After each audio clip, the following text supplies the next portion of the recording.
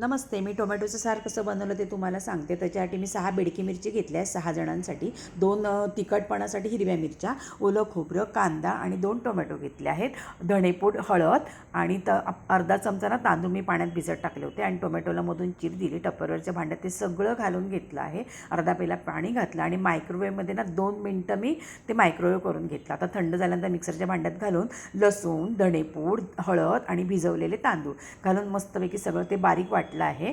आता पातेल्यामध्ये मी तेल घातलं, राई घातली, नंतर लसूण, कढीपत्ता, कांदा परतून घेतला आणि हे जे वाटण केलं होतं ना ते पण त्याच्यामध्ये घालून परतून घेतलं आहे आणि मिक्सरचं भांडं धुवून ते पाणी त्याच्यामध्ये ओतलं आहे. तुम्हाला आपल्याला किती पातळ हवं त्याप्रमाणे पाणी घालायचं आहे आणि ढवळून घ्यायचं आणि मग त्याच्या चवीप्रमाणे मीठ घातले आहे, कोकम घातलं आहे आणि तांदूळ घातल्यामुळे ना त्याला दाटपणा येतो आणि अशा प्रकारे मस्तपैकी पटकन ते शिजतं, कारण ते शिजवलेलंच होतं. कोथिंबीर घातली आणि असं मी सार तयार केलं.